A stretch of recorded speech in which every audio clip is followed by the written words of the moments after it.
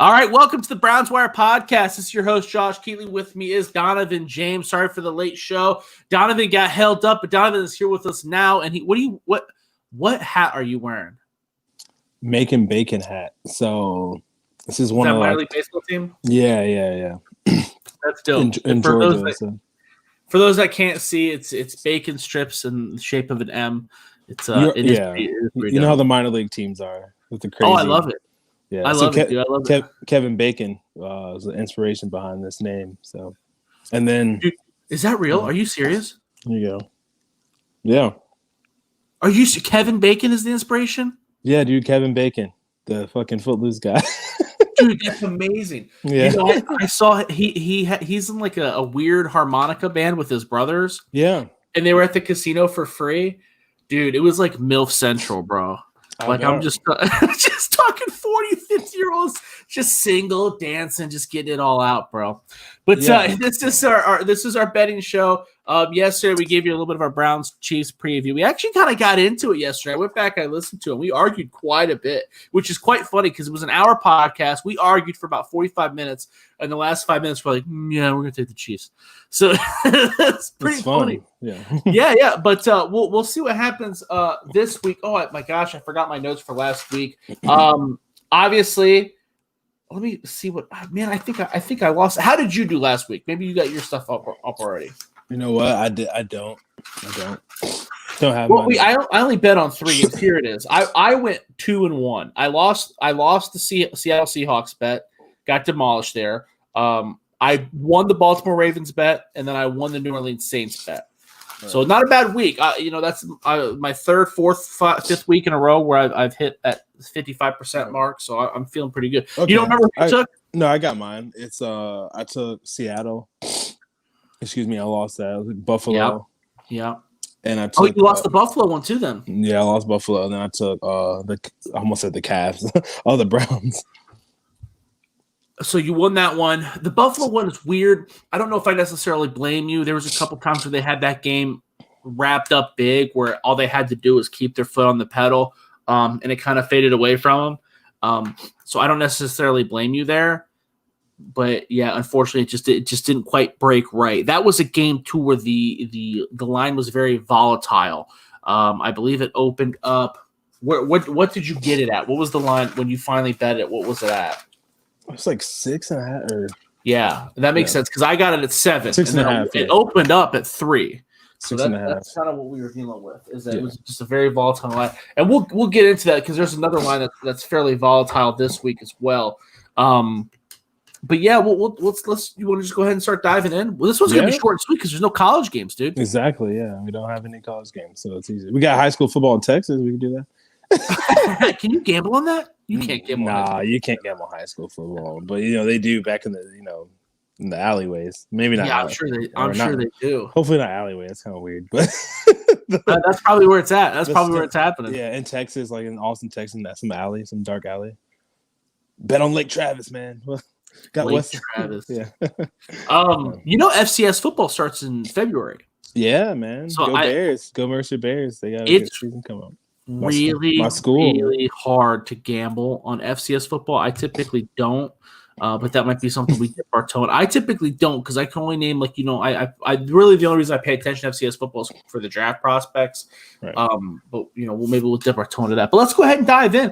I'm gonna start out hot for you, bro. My number one game. I think you're gonna agree with me. I'm taking the Green Bay Packers, given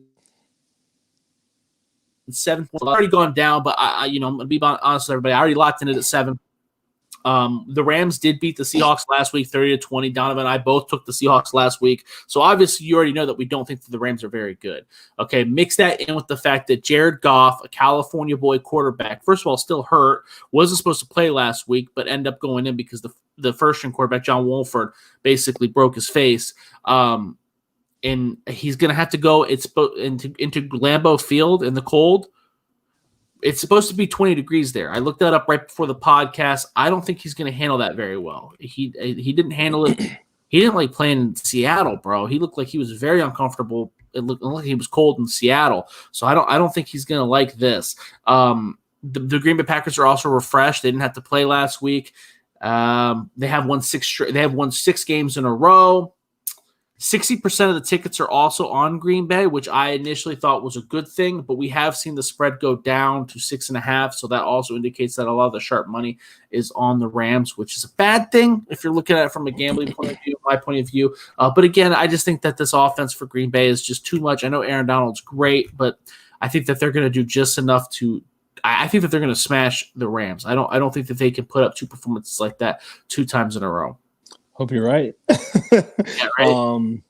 Yeah, I mean, I got it at 6.5, or today I looked at it, but yeah, I mean, I didn't know how many games we were doing. Like, I did all of them just because there's really good for you. I only did my top 3. There's 4. I mean, yeah, well, there's only 4 games, so I just did all of them. But smart man, I forgot. Yeah, I was like, well, there's only 4 games, might as well add one. So I did. I love the hair, by the way. Just saw the you turned it in. Someone said cut your hair on the last podcast yesterday.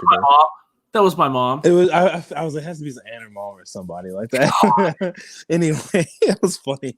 Yeah, I got the pack. 6.5. Is this one of your best bets though? Like if you had to rank them, there would be. It'd be my third one. Okay.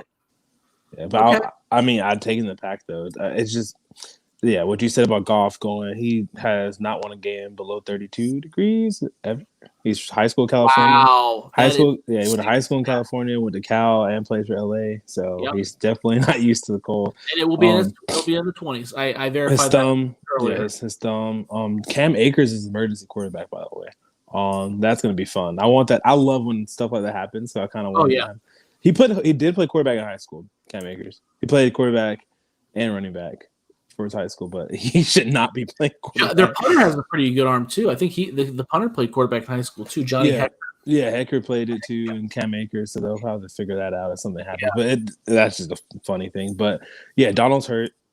He's still amazing, even with he's not injured. He's just bumped up. He'll play. No, he's gonna play. But I mean, yeah, he's got a torn cartilage in his rib. That's a serious injury. But yeah, I mean, he's gonna be fine. He's definitely playing. It's Aaron Donald. He's still a monster. It doesn't matter if he has no ribs. I'd still pick Aaron Donald to be on my team. Because I know they were saying it's actually like pretty serious, more than like the team's letting on. But either way, he's still going to play really well because it's Aaron Donald. He's a freak. He's the best defensive player in the NFL. But yeah, I mean, there's some good matchups I can't wait to see. Obviously, Devontae versus Jalen is must-see TV, dude. I wish I could just tune into that, And there's this is number 1 defense versus number 1 offense. Their defense is fast. They get turnovers. They're athletic. They do a little bit of everything. And their offense can run the ball really well. Pretty balanced offense. And when Jared's on, this team is a Super Bowl caliber team. But he hasn't been on in a long time. Hasn't been on in a long time. And then right now it's thumb, like you just mentioned. He wasn't supposed to play last week. Yeah, wasn't supposed to play. He's not supposed to play this week. Not really. But hey, I'm still, this team still is really talented. They got good players, but I think 6.5 is a good spread, 6.5, 7. Because I respect the Rams. They're gonna fight. It's a team that when I keep talking about mentality, they definitely have it. This team won't give up, even though they'll be down by 20, 21. I think they can still fight and kind of hang in, which is scary for betting. A team that can hang in is not. Yeah, well, it's such. I don't think they'll win. Yeah, I don't think they'll win at all. Really, though, I'd be surprised if they win. But to cover, I mean, 6.5 is low. I thought it would be a little bit higher.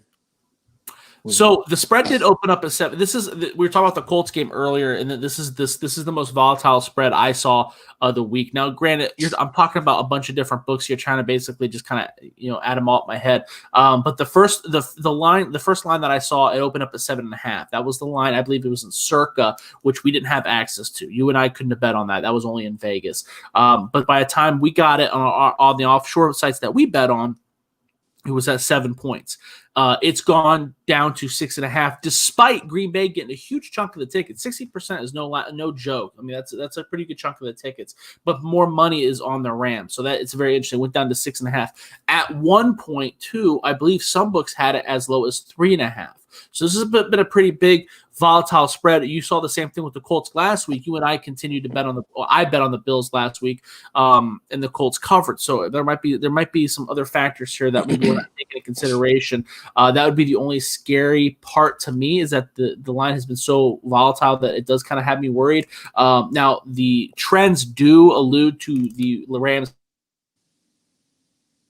covering. Have covered 64% of the time. In the divisional round, they've covered 59% of the time. The ref is Ron Torbert. He has allowed, I believe it's, let me just look here. Road teams have covered 59% of the time with Ron Torbert reffing the game. So that's also something to monitor when you talk about playoffs. The refs play more of a factor. You can pay attention to that stuff because there's less games, right? So those are some of the things that kind of go the Rams' way. But like you said, Jared Goff playing in cold weather in Lambeau Field while the Packers are well rested, I have no problem laying the 7 points. I'm actually surprised it was only 7 by the time I got it. I would probably even take this all the way up to 10. Although, like I said, I kind of got screwed because this line is going to go down.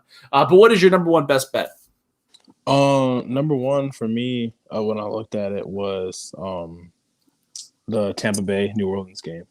Okay, who you got? Tampa Bay. We disagree on this one.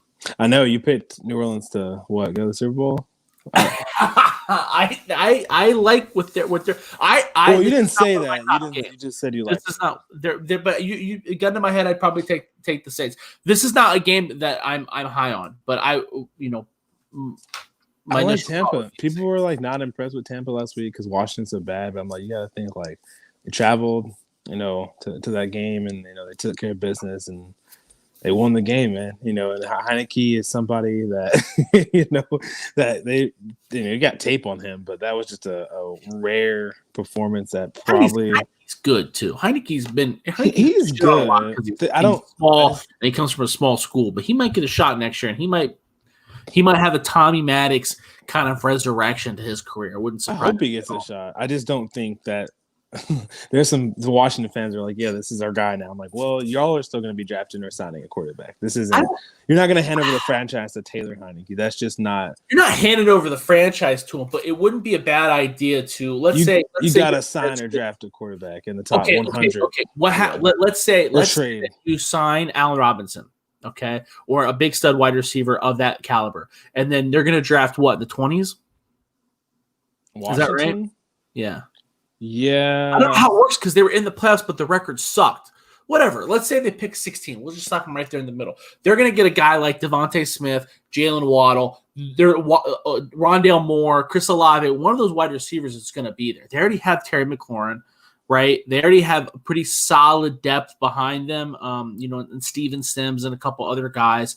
If you get another wide receiver – and then you have Taylor, you give Taylor Heineke a shot. Why not? If you try to invest around it, so you're gonna have, if you have a high caliber free agent like Allen Robinson, Terry McLaurin, and then you can get a speedster in the first round. Why not see what Taylor Heineke can do? You're not going to get a franchise guy that pick anyways. The quarterbacks this year, other than Justin, I think the quarterback class is better this year because it's top heavy. Very top heavy. Because if you don't get a quarterback in the Trevor first, Lawrence and Justin Fields, there's a lot of question marks. I love Zach Wilson, but come on, man, there's still going to be question marks. There's just question marks.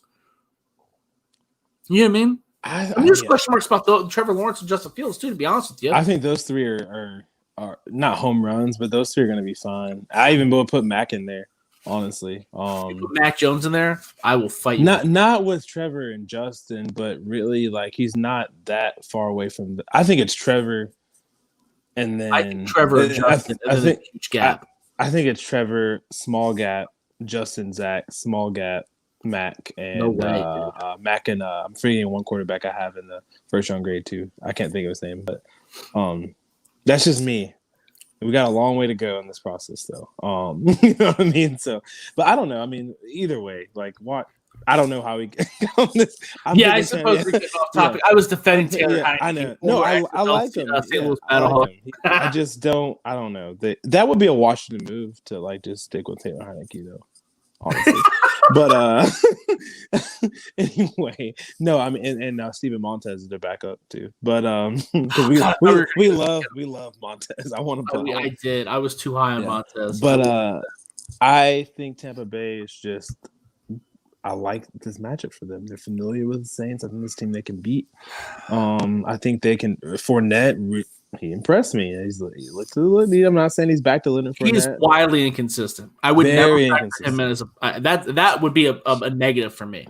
I look at him and I go, no way, he has 2 good games in a row. that's they don't really need him to play great. Like Tom's going to be throwing the ball a lot. They want this game to be. This is like the opposite of what you were thinking with. What you were thinking with Evans still bumped up. Yeah, but Collins bumped up too, right? Yeah, I don't care who Tom Brady's throwing to, as long as that line can protect him. Because that O line impressed the hell out of me. Like, because I was scared watching the D line is so good. I was like, the offensive line did play great. Can those guys step up? And they really did. And yeah, I think Mike's. But New Orleans it's a different kind of pressure too, though, because Washington says, okay, we're going to rush our 4 guys. This is who we're rushing. Stop them. New Orleans does a lot of blitz packages, and they're bringing guys off the edge. Malcolm Jenkins is blitzing.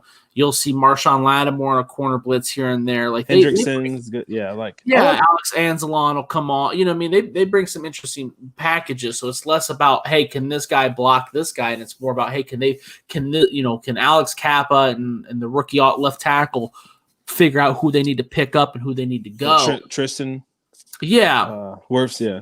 Yeah, so that I think that also he's great, man. The offensive line did play great last week. The offensive line was insane, but it is a different kind of defense, and the defensive backs for New Orleans too are going to be able to match up longer, I think, and they're going to bring. I think they're just a more physical, better defense than Washington. I think Washington just had they got studs on the defensive line, but other than that, not a very good team. Yeah, I mean, I think Devin White comes back. You know what I mean? You got him coming. Yeah, so that's going to be big. And Tampa's defense is a little underrated. So, I mean, I just like this game. I think they can really match up with them. And I don't know. I do like New Orleans, and it's kind of weird because they're kind of – I feel like they haven't got a lot – well, they just haven't got a lot of respect this year, I feel like. No, they get shit on constantly. But they've really, like you said on yesterday's podcast, they've done a good job kind of – they've putting a Band-Aid on everything, yeah. I mean, they were picked to win the division, and that was with Drew Brees fully healthy. I think about 5 weeks in, everybody kind of gave up on him. They could have imploded because with Michael Thomas like complaining, and then Drew Brees hurt, and Kamara. Yep, Kamara had a lot of issues with like family stuff. He had to deal with the death. We had COVID. He had to deal with the death of family, and he had injury. So it's like a lot. Too. That's going to be the toughest part. Like Devin White has to come back. I don't care if he's 65%. Like he's got to help out. He's better than 65. I'm saying he's got to come and help out. With Kamara, because that's just a matchup nightmare to have a guy like that, man. In the backfield, and you're adding him with those trick plays with like Taysom, and then what's their other running back's name? I can't think of his name right now. Latavius Murray. Latavius Murray, exactly. Yep. He's not very good. I like Latavius, man. He comes in. I like him coming in right after Kamara and kind of thumping you. The Browns fans like this comparison. He is like a poor man's Isaiah Crowell. He falls forward. Man. He gets the yards. He gets the yards that are given to him. He's not going to break a lot of tackle. He's not going to create yardage. He's going to take the yards that are given to him, and he does a good job of falling forward. And if you can fall forward in the NFL, that's usually 2 or 3 yards pop, which is good. Yeah. That's all you want in your reserve running back. There's a lot of worse running backs that are taking reserve snaps. Donovan, you just went blank on me. Oh, looks like Donovan has left the building.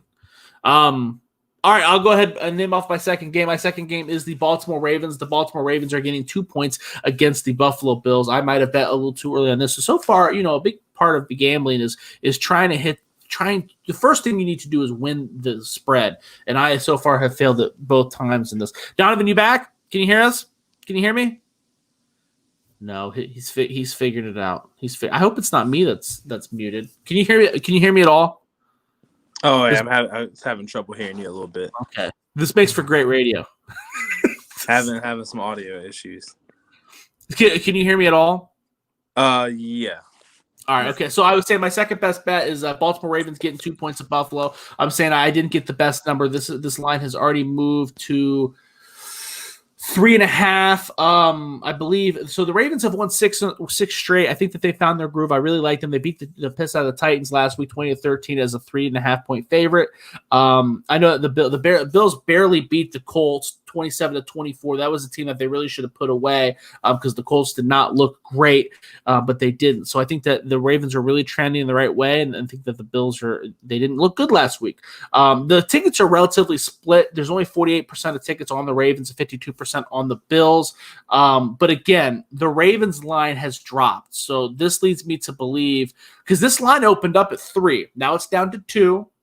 Now there's some books at 1.5. So the big sharp money, I've kind of gone the opposite way as with the Rams-Packers game. The sharp money is on the Ravens because the tickets are even, the spread is moving. That means there's sharp money, big pocketbooks out there. So that makes me feel a little bit better about this. The last 10 years of the playoffs, a line switch or a line, if the line has moved a point or more, the point that it favors or goes again, the point, if you're the Ravens and the line is moving against you by more than a point or a point and a half, they win the spread against the spread 58% of the time. To me, that's a pretty big percentage. That's something to pay attention to. That doesn't happen very often. But in the last 10 years, that's been the factor. Playoff dogs, as I said earlier, are 64% against the spread since 2017.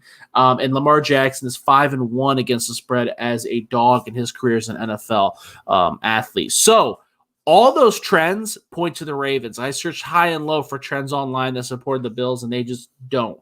So I really don't see a lot of pros to taking the Bills, other than the fact that you're avoiding laying the field goal. Basically, all the Buffalo Bills have to do is win, especially at this point where the spread is continuously going down. I mean, this game might be a pick 'em before kickoff, but yeah, I feel very good about the Ravens here.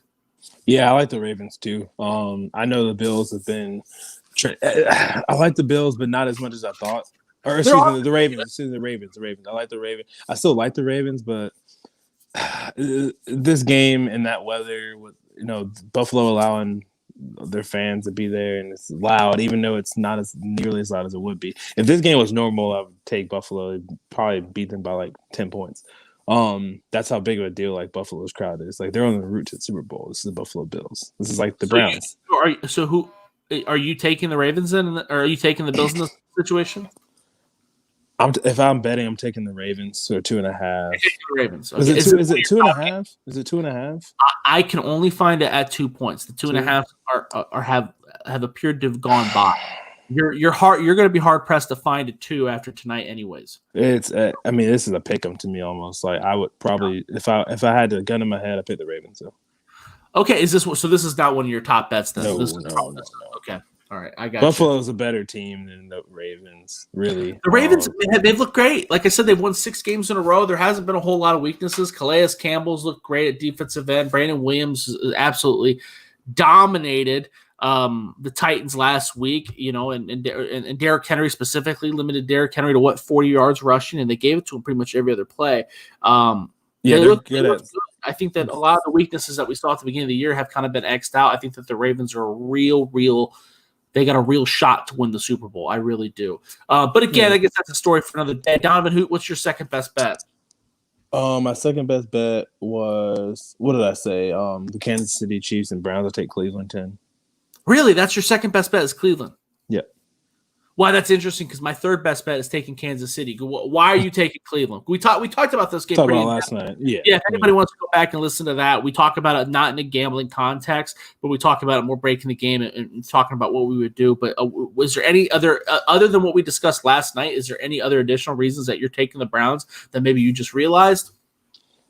Just them being able to run the football and keep it close. I picked Kansas City to win, and I actually picked it last night on the show by 11 technically, but I think they can cover the spread actually.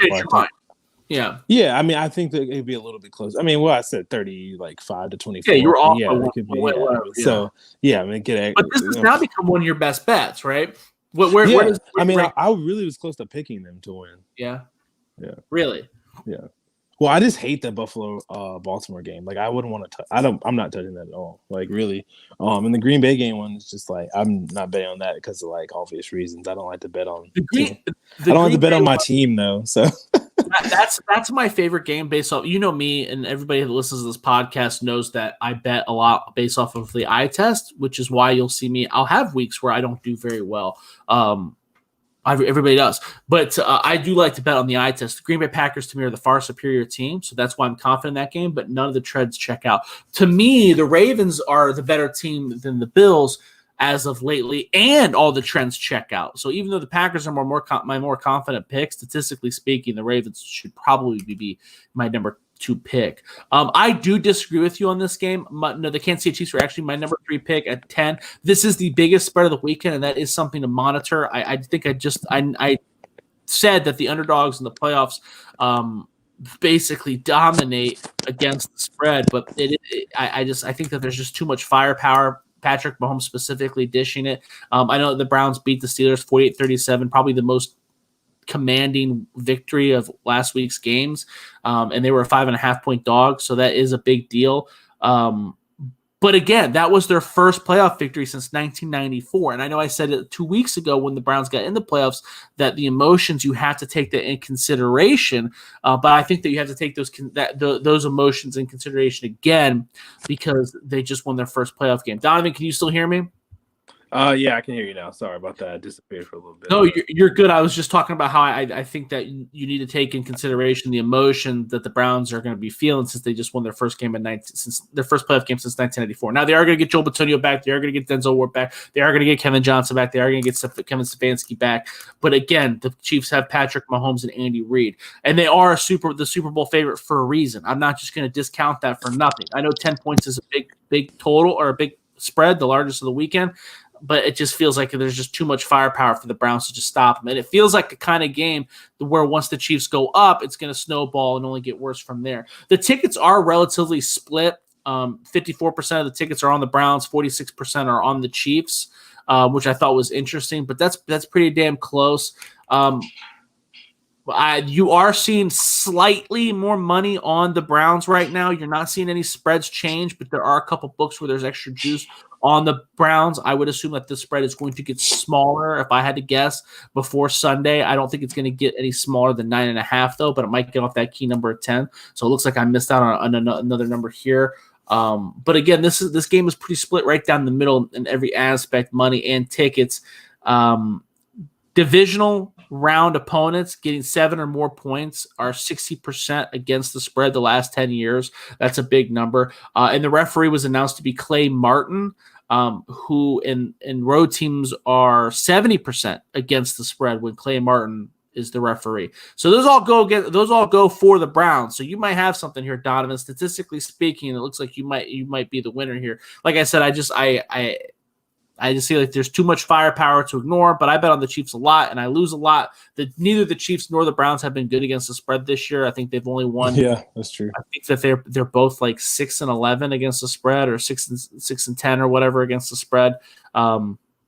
Yeah, so it's kind of a tough game to handicap. It's basically just me going the eye test.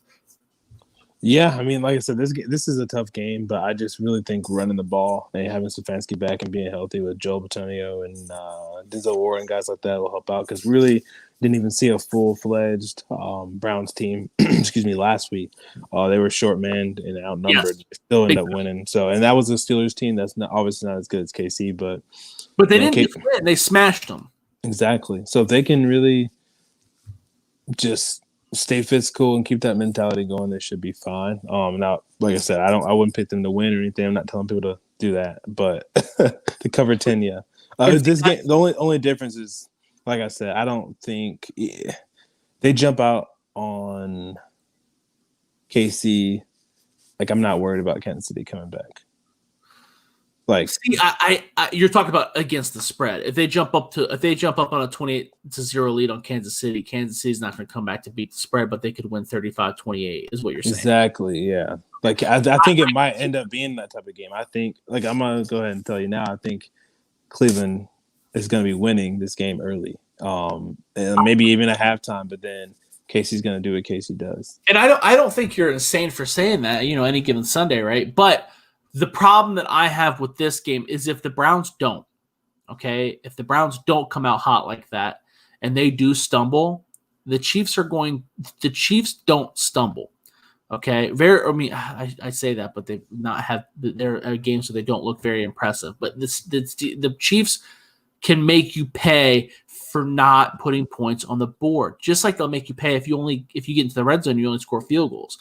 Right? This is the kind of game that could really snowball on the Browns. We've seen the Browns in games where they kind of emergency exit the game plan of running the ball and go to throwing the ball, and it doesn't look good. It doesn't end up well. The Chiefs don't ever have to abandon their game. They can always stick to the game, whether they're down 28 or whether they're up 35. They're going to sling the rock around to Tyreek Hill, Demarcus Robinson, Travis Kelce. That's just what they do. So that's my biggest worry or my biggest concern if I'm taking the Browns is that if the Chiefs do go up by 2 touchdowns, the Browns aren't trying to beat the spread. They're trying to win the game. So they're not going to run the ball to Nick Chubb to get back in it. They're going to throw the rock around, and that's when they kind of lose focus of who they are. And I think it snowballs from there. Yeah. Well, I told him last night. I don't know if Stefanski's listening. Throw early. Throw early. That's right. You did say that. But like I said, all the statistical points do lean towards Cleveland, so you might be onto something there. Yeah, that's really all I got, dude. It's kind of weird without having any college football, but at least it's a short and sweet show, right? Yeah, man. I mean, obviously, I'm just happy we had a season for college and for NFL, man. I'm just blessed, happy that we had a season. I didn't think I'm one of those doubters that didn't think it would happen, so I'm happy. Lowest ratings in the college football playoff era was that national championship game. Yeah, since USC Oklahoma. Well, I guess that was the BCS, but I mean, the ratings have gotten worse every year of the college football playoff existence. Maybe they should take that as a sign they need to expand it. Yeah. It's no fun if it's the same 4 teams. I mean, I'm an Ohio State fan. It's just no fun if it's the same 4 teams. And exactly. When you expand the playoffs, I think it levels the playing field for recruits. I mean, if you're, what was the start? If you're a running back in California who's a 4-star recruit back in the day, you would never think of going to Georgia, Alabama, Ohio State. You know what I mean? Or you would go to USC, Oregon, UCLA. Now, why would you? Why would you? If they have no shot of going to the playoffs. So hopefully maybe they take the low ratings as a sign, but I'm sure that won't get changed this year. When is that contract up? Do you know?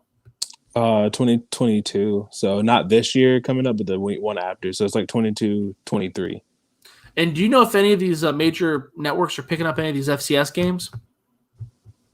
Not sure. I know ESPN plays. I was like, ESPN has to. Yeah, ESPN has to. Someone's got to pick these up, dude. Sure, ESPN is. Yeah.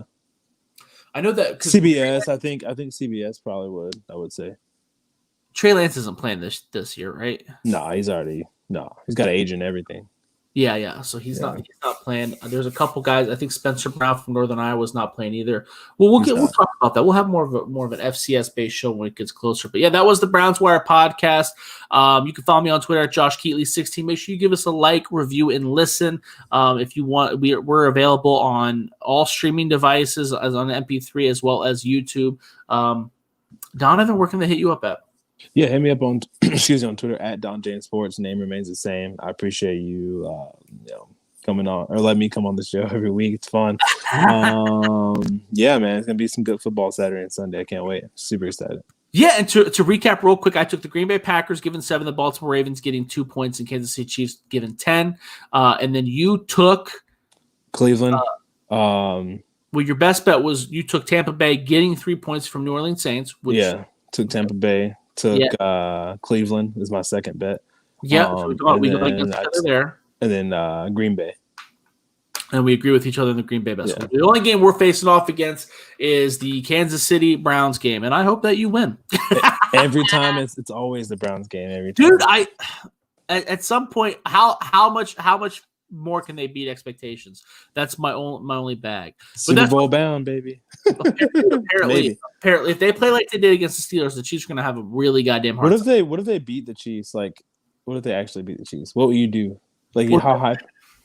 I mean, I know that's still 2 games away or from the Super Bowl, but like, what if they beat the Chiefs? Bro? So they would either play the Bills or the Ravens, right?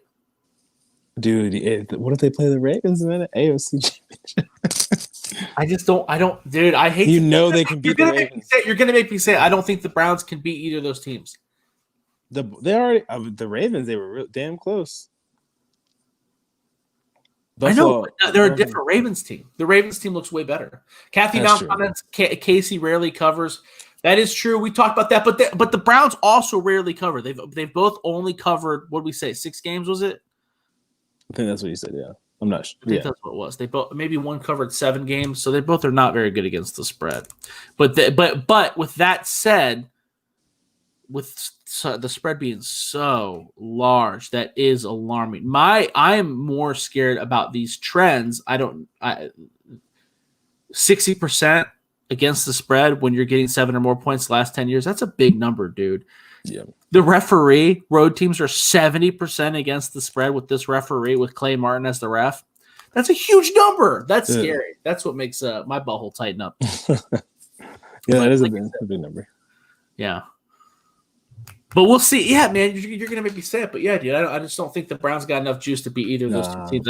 I'm just being funny, like just being optimistic. No, but I am. I'm the bad guy. I'm always the bad guy in this podcast. We'll get to draft season though, because I know that we'll see, man. The Chiefs could blow them out. Critical to me. The Chiefs could easily win by 28. Like, I don't know. Like, for sure. Yeah, like it's the Chiefs. They're the best. But you're still more positive than me. You're more of a positive Browns fan than me. Just like the energy, I like the energy of this team, man. I know you do. Yeah, I know you do, and I admire that. But when we get to draft season, though, I know you'll be the harsh one. I've heard you talk about. Oh yeah, dude, I get it. Yeah, I'm much more forgiving. I mean, you everybody got a sneak peek of that with the Taylor Heineke story. Oh yeah, I think the Redskins should go all in, or the Washington football team. I like Taylor, man. He's from Atlanta, dude. He's from Georgia. And people were making fun of him that didn't watch the XFL. What were they saying? They were saying, how is he the backup in the XFL? Dude, that game not only proves to you that Taylor Heineke's good, but it should prove to you that Jordan Ta'amu sitting on the practice squad in KC, dude, someone needs to take a shot on that young man. Still under 25. He was fantastic at the Arizona, dude. Yeah. He was. I'm sorry. Ole Miss, yeah. Jeez. Yeah, Ole Miss. But this was the Browns Wire podcast. We'll quick waste your time, and we are out.